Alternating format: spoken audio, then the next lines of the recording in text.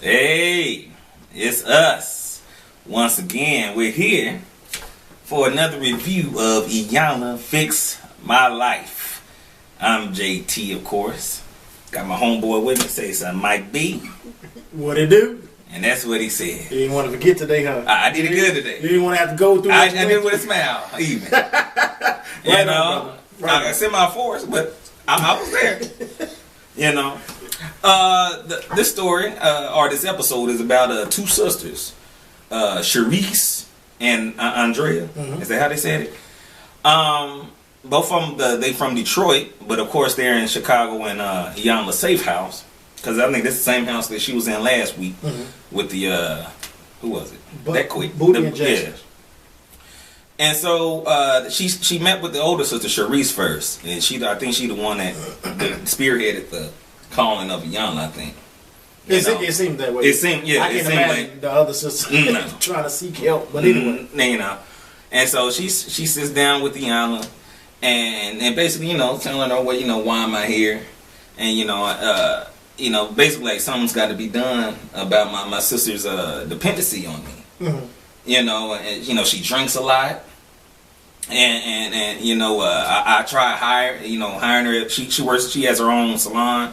She owns her own salon shop, and so she hired her sister there. And it's just not working out. Mm-hmm. As far as you seem like you got something in your mind. No, I mean I'm listening to what you're saying, mm-hmm. But then also it seemed like throughout the episode, I feel like that's not like she may have said that at the beginning. Yeah, I'm saying that's what her actions were totally different. It's not where it probably wasn't working out, but it seemed like she was a lot of the problem too. Because she was enabling her sister to, And I think she was somewhat aware of that also. Mm-hmm. But she wasn't doing anything to change it. That also, I think, and she didn't have the tools. She told her, like, I don't really know. Like, I know what I want out of this, but I don't know how. Or I don't know how to get to the finish line or at least start, damn it. Mm-hmm. The only reason I was kind of questioning is because it started to seem throughout the episode that she didn't want that at all. Mm-hmm. Like she wanted to take care of her sister. Yeah, but that's all she. That was weird to me. But anyway. That's all she knew. Mm-hmm. And she telling that she started giving us background story of their childhood. Basically, their mother was a crackhead and she really didn't take care of him. I think she said when she was like 7 or 8, that's when she she was start taking care of her sister. Mm-hmm. Since then. And I think she said something happened, I guess, in the household with not with them, but with her mother. Mm-hmm. And I guess with other people, some type of violent situation. And so the child services came and separated the two sisters. But the thing is, like we questioned, they moved the older sister Sharice out and let her live with her grandparents, mm-hmm. right? But they kept Andrea in the house with the mother. And I'm like, ain't she still in danger or whatever? The situation was dangerous enough to remove one dog. Remove one, but you didn't remove the other? That made absolutely no sense to me. That didn't make not one piece of sense. I don't get that. And so the younger sister Andrea is there, with the mother, and she's a crackhead, so she's not being taken care of. She said she saw her mother being thrown out a window, being burned with knives and forks. I don't know. That's being extra creative. I'm like, who warms up a fork and a knife just to burn somebody? I can see stabbing, but they use it for another use. How about, let me try this. I'm like, I guess you gotta have that, diabolical mind to try something like that. Yeah. That didn't. It didn't make sense. But then you're dealing with, I'm sure these were drug dealers that she was dealing with. Maybe she owed money or something and she promised, you know how that goes. And so, she was telling the backstory of that, and then she, what was the question? Is that when she asked her how long you been taking care of your sister? Is that the question she asked around that time? Or no, is that when they had the video? They showed the video. She did show some video. She showed Iyanla. At this point, we're still talking to Sharice. We haven't got to Andrea yet. Mm-hmm. And so they showed a video of basically the day to day. And she's I think she said she picked her up outside. She was drunk outside. And then I think she was like, it was like 2:00 in the afternoon, and she said, and she was just wasted. So, and she was, while she was on the bed, she looking up like it's Mardi Gras or something. It's like it's Fat Tuesday. Yeah. And but no, this is 2:00 probably on a Thursday or something. Where regular folk have to be at work. She chilling. And she was like, man, she asked like a bleep bleep baby. This is you don't remember that? She asked like and it kind of took the words out and said baby. She said she acted like a effing baby. It sounded like she said like she acting like an effing baby. Yeah.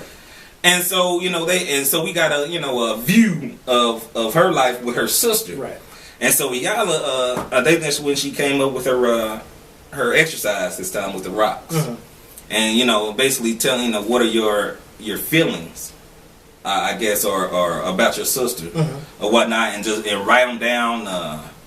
What do you have some words she said she wanted her to fix her guilt. The first one was nope, I don't remember none of that. That's the number one word that kept on screaming out for her. Guilt. For Sharice was guilt. Yeah. That the whole throughout the whole process. And so she had writing her stuff on rocks. Yeah. And putting them in this sackcloth, and she was making Sharice carry these rocks around like the burdens that she's been carrying, trying to take care of her sister and deal with their relationship, deal with her sister's alcoholism, and then what they went through together with their mom.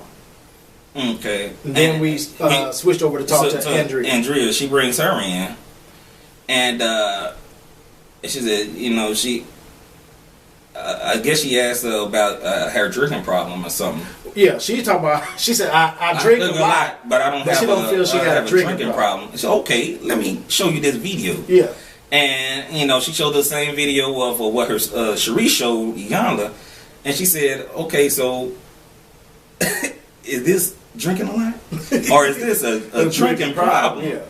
And then the fact, one thing that I caught on to when we watched the videos the second time was, like in the beginning scene, she was talking about fighting somebody because she had slept with her boyfriend.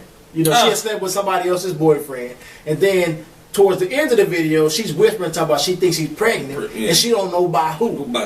So I'm like, yes, you out there like that. Yeah, when you out there like that. Mm-hmm. Like once she saw herself in those videos, she started to feel some type of way.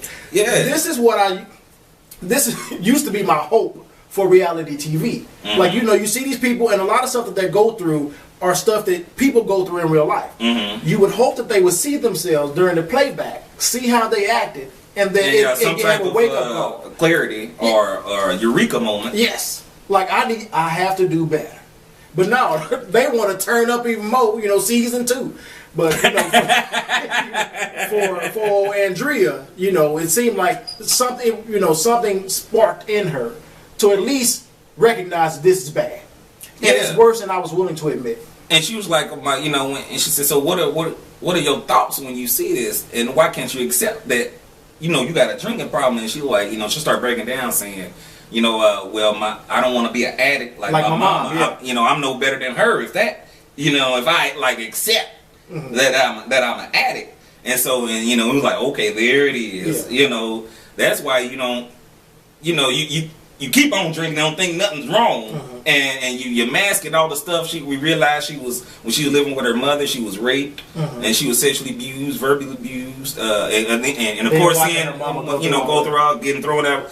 That's tragic. I don't know how to even imagine seeing my mom getting thrown yeah. And then you so young, you don't know if does this mean death? Yeah. Because usually when people get thrown out a window on TV, it's over. It ain't a good look coming back. No.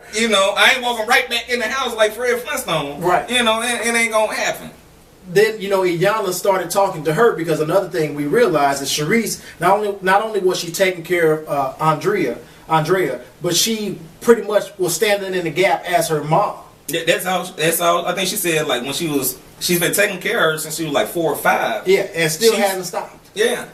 And that was her talk with Iyanla, so she brought Sharice back in. Oh, go ahead. No, she brought her back in, mm-hmm. but one of the things that I triggered on was mm-hmm. when she was talking to Andrea, and she said how she blames her sister. Or she used to be angry at her sister when they were separated. She thought she left her. Yeah, she thought her sister left her. Mm-hmm. And you would think that even at this point, you're an adult.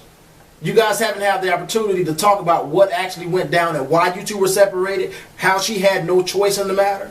But you dealing with an immature mind. Yeah, I know, but I'm just saying, while I'm watching it, I'm thinking like, you a grown-ass woman now. Even though she's acting like a child, letting her sister take care of her. Iyanla kept on telling her throughout the show, big girls do this.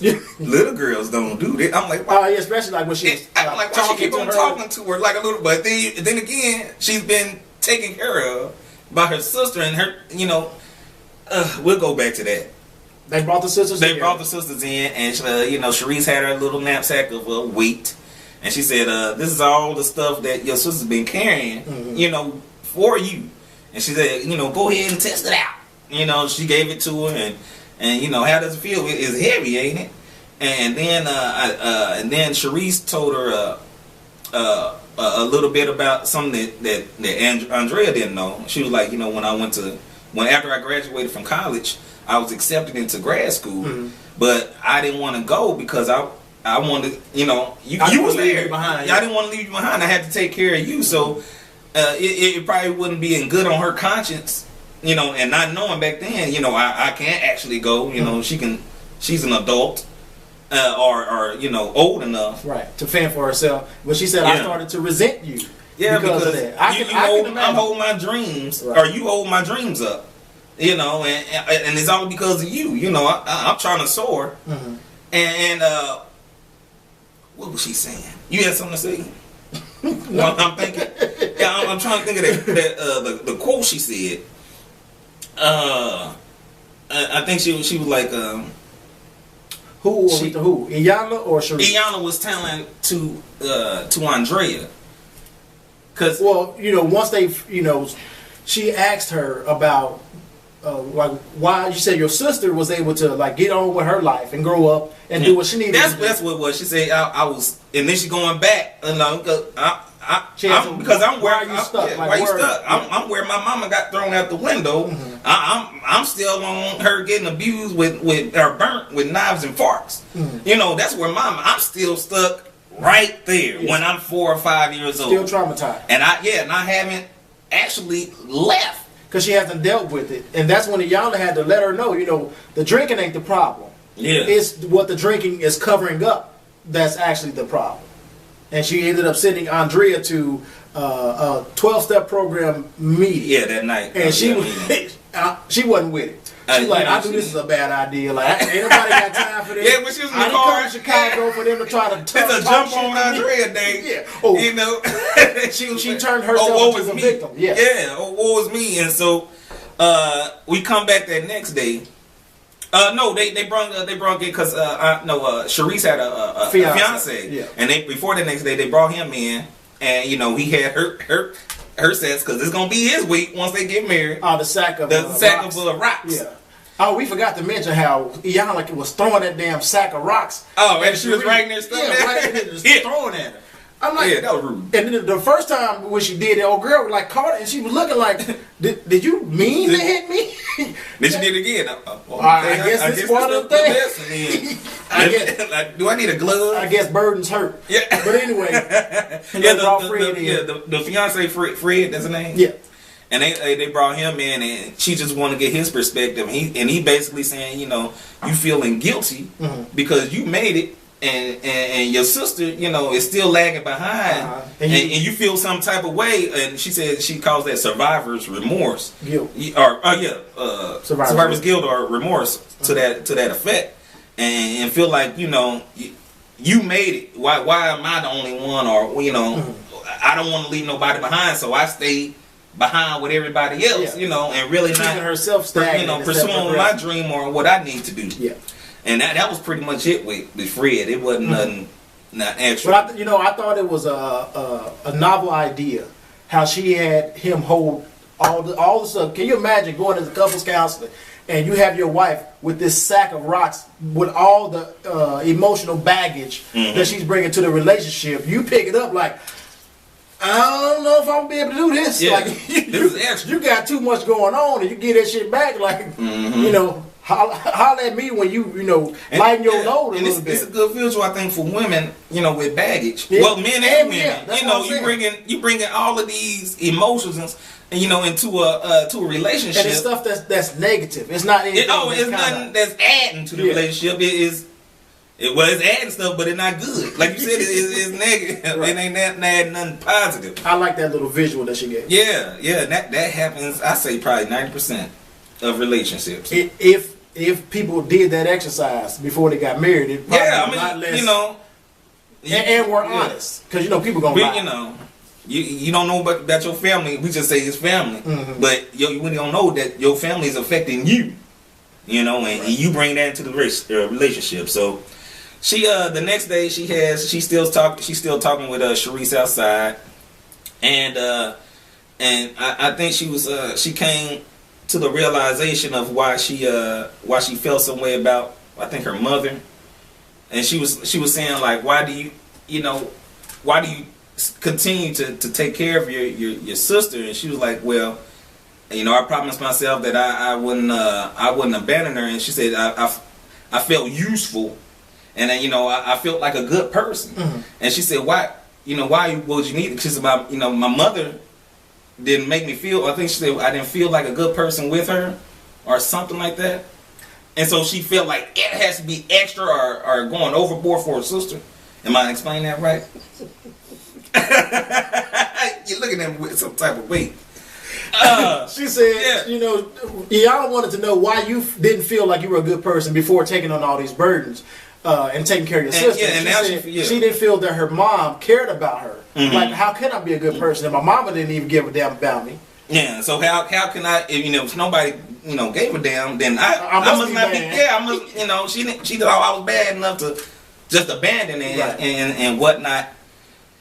I think it was just a little hurt situation. It was bad. It wasn't nothing like, they didn't seem like they were just bad people. It was just, just life. Yeah. And it was just, I'm sure, very hurtful. You might come across people with similar situations who have been raised with alcoholics as parents, crack addicts, heroin addicts. Any parent with an addiction who choose that addiction over their children. I don't know at what point in their lives the moms, maybe she was on crack before they were even born, and this is just a product of it too. Or she started later on in life, but it's sad that you can't have your addiction and take care of your kids. But I feel like when you're addicted to whatever it is, you don't care about anybody else but that thing. Yeah, that's real. After that, they went up to the kitchen and to the house, and it was it was Sharice, Andrea, and Iyanla. Then they brought in, they had a third sister, another half sister named Angel. And she came in and basically she was asking, why, Andrea, why are you so dependent on her? Why you can't be an adult? Or why can't you get past, not growing up? And I think it was a question she posed to Sharice. She said, since you know what your mother did and whatnot, is that is that the reason why you can't leave? That was Angel talking to. Yeah, Sharice. that's what I'm saying. Yeah. I don't know where we were. I didn't know who you were talking about. Oh, I was talking about Andrea. I mean, Angel. Okay, yeah. Excuse me, folks, because I was probably losing myself. But Angel was asking Sharice, since you know how your mother treated you, is that why you can't leave your your sister? You would feel like you abandoned her. And she said, yeah, because she felt like her mom left them to the wolves. She didn't give a damn about us. She didn't care what we had. She just kind of did her own thing. Yeah, I promised myself. We're old enough to take care of ourselves. She left my little sister. She left me in charge of my little sister like I knew what the hell I was doing. That would make me feel some type of way. And I can understand at such a young age why she felt obligated to at least make sure her sister eat. Yeah. And then, with her sister not having the mindset to advance or grow, with her, then she keeps putting this pressure on her to take care of me, She was constantly taking care. She was like a 5-year-old that never grew up. Yeah. Constantly taken care of. And, Sharice, since that happened, I'm not going to abandon my sister, not on my watch. Yeah. And that's where the guilt come in, and I think still come in again. You know, if nobody else gonna do it, it's gonna have to be me. And I don't want to be like my mother if I leave her. And you start getting realization of what's going on with her. And then I think that's when she told her about that going to. She was telling Iyanla was telling Andrea about going to a rehab process. Mm-hmm. And she had to let them know, like, hey, what these problems, especially what Andrea's going through, is life and death. Yeah. Like, you're playing with your life, both of you guys. Mm-hmm. Like, you're just, because earlier in the episode, Iyanla had told Sharice a story about how she took care of her brother. Iyanla took care of her brother, and he had an alcohol and drug addiction. And she took care of him to the point where he died. He had one shot too many, she said. And so, just coming to that real, like, something needs to be done, because especially after watching that video, there's nothing good about what you're doing. One thing is getting drunk in the backyard. The other thing is being dead in the casket. Exactly. It gets real. Right. Until there's no more. So she asked Andrea about going to rehab, and you already knew before she asked her about rehab. Remember she asked her when they were having the conversation, because Iyanla always throwing in her little quips or whatever, and then she said, "Oh, she mad at me." She said, I think that's what she meant, because she was telling about the 12 steps. I thought that was before the 12 steps. It was around that time, because it was something she said that she didn't like. Mm-hmm. And she said, you looking like you're mad. She said, that's okay. Nobody ever died of getting mad. Right. Nobody ever said, what she died from? Oh, she got mad to death. She'll be all right. Oh, sis had to chuckle a little bit. That was funny. Iyanla, she been doing a little comic night. Yeah. The last couple of episodes, boy. She been giving it to him, but she was somewhat receptive to it. She asked her, did she want to go? Mm-hmm. And it was a drug program in California, and she, how they do it. You leaving today.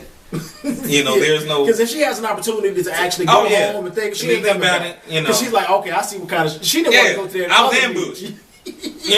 Bamboozled. They ambushed me.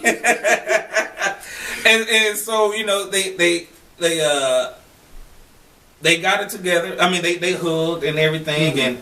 and basically it wasn't no apology. It wasn't really no apologies that needed to go around. Mm-hmm. It was just because I think everybody understood what was going on. Yeah. And so the two sisters embraced Andrea. And they got when they was getting into the car. Oh, she still had this. She had that one. She had one foot in. Like, hold up, what just happened here? Did I just do this? Real? Yeah. I guess I need to go in. And then she was looking like, is there a way to take off running? Yeah. But our camera crew was right around us. It was nowhere to go. It was just that one little 1.5 seconds hesitation. I didn't look back. What in the hell did I just do? Agreed to? Yeah. But they gave the update, and she actually did go through with the program. Hopefully she's doing good. Says she's feeling clean. She got hired back and working in the salon. Yeah. And Sharice is hopefully trying to open up a salon in Chicago. So she can be where her fiance is. Her boo. It was good. It was a good episode. It was, it wasn't really no ratchetness nor no ignorant shit going on. I feel like we're gonna see next week. Oh, yes. That train is never late though, so we know it's there. This was the exception, not the rule. Any closing thoughts might be? I don't have anything, brother. That's all we got for you today. Join us back next week for another episode of Iyanla Fix My Life. Till next time.